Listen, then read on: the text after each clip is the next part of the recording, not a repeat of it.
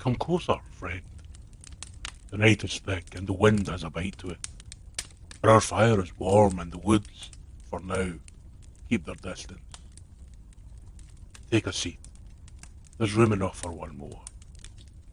Out here, beneath these ancient trees, stories cling to the shadows like mist. Some are meant to be warnings. Some were just meant to keep you company till dawn. Rest your legs. Feel the heat in your hands and listen close. For in these wild places, the line between myth and memory is thinner than you think. Let me tell you a story I heard not long ago. A story of superstition. A story of caution in dismissing the old tales. A story of the witch of Clava Cairns. If you've got the nerve, I promise you'll remember it the next time you hear tales of superstition. Tales handed down through the generations.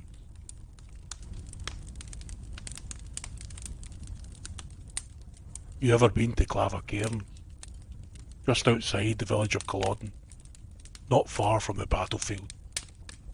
There's a patch of land where time feels off.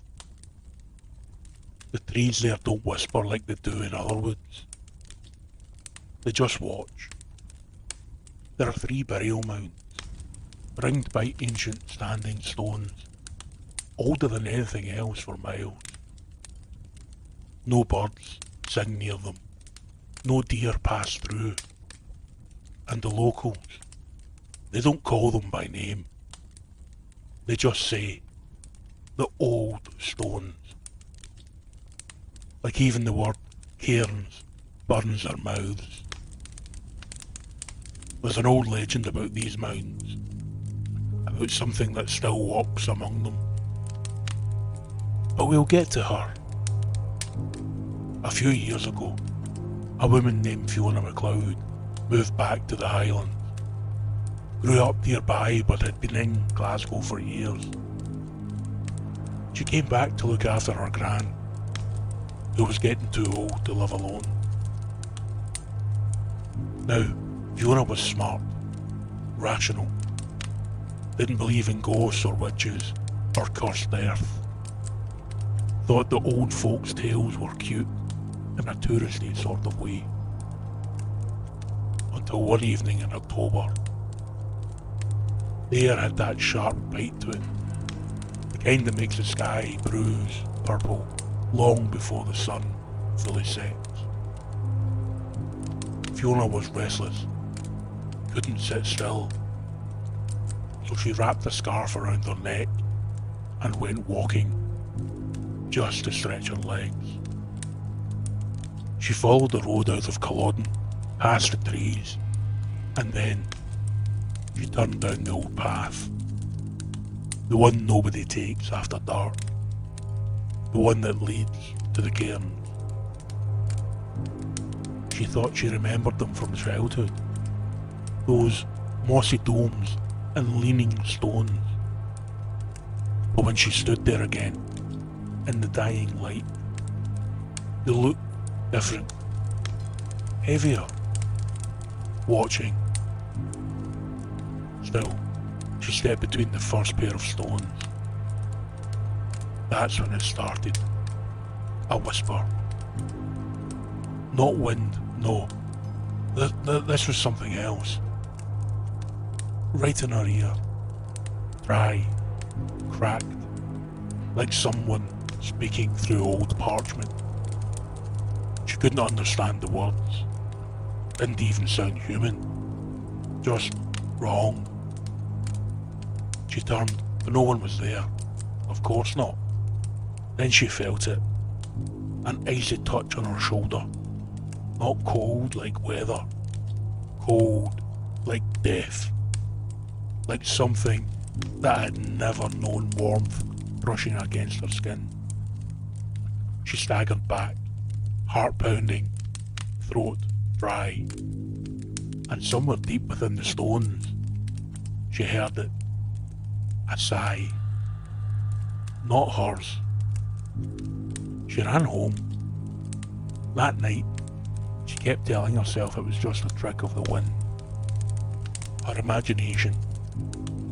But when she stepped into her grand's cottage, the fire in the hearth was roaring, and still she could see her breath.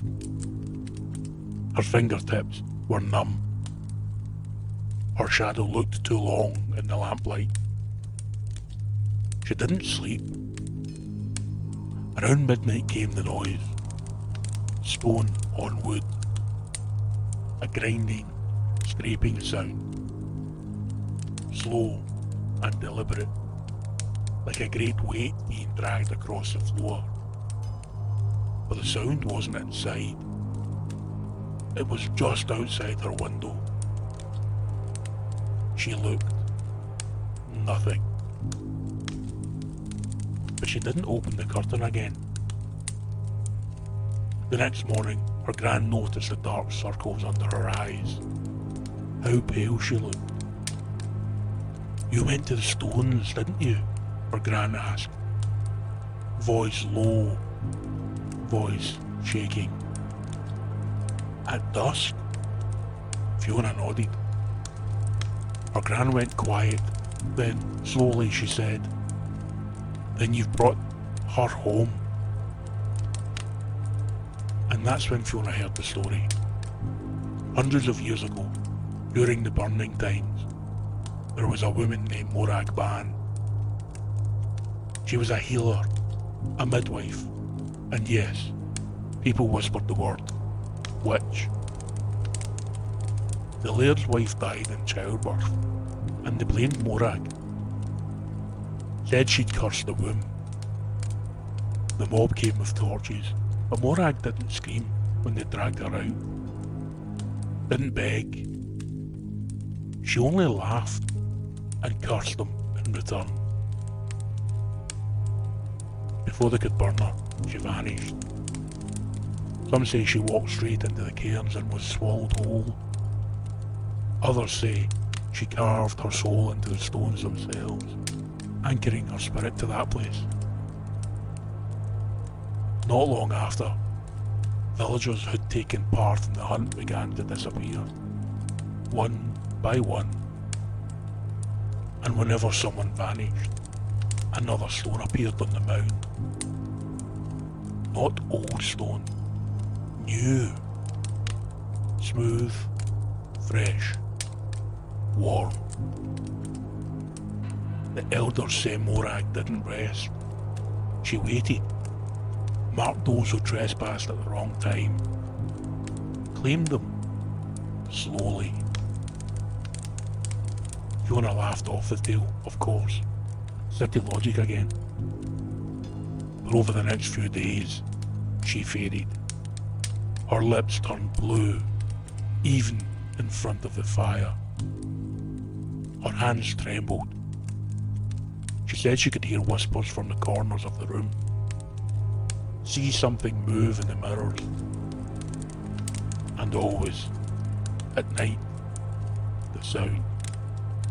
Stone shifting until, finally, she snapped. Said she was going back to the cairns to make it stop. She took salt, iron nails, and an old prayer written in her gran's handwriting.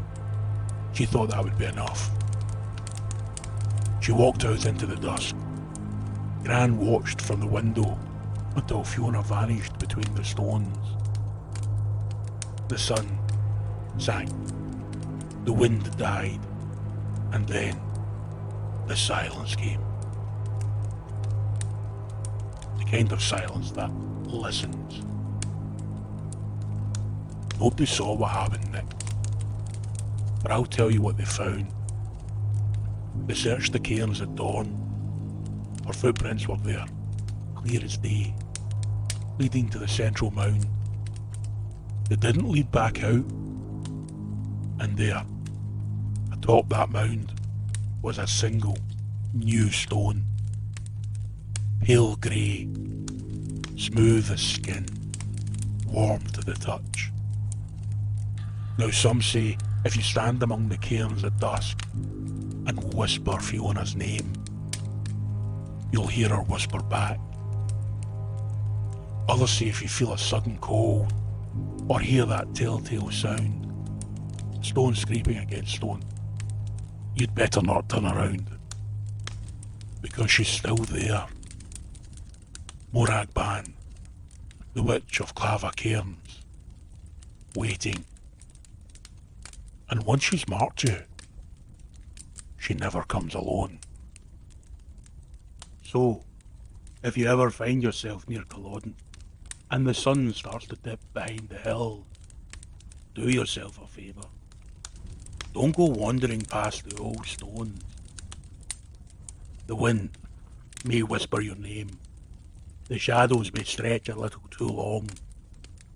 And if you hear that slow, grinding scrape, stone on stone, don't look back. Don't speak. Just walk. Fast. Because once Morag Ban has your scent, well, let's just say, the Cairns are always hungry for one more. Thanks for joining me around the fire tonight. If you liked that tale, leave a comment, give it a like, and if you dare to hear more, hit subscribe and ring that bell. Sam Hain's got plenty more stories for those brave enough to listen. Until next time, stay warm, stay watchful, and whatever you do, don't walk alone after dusk.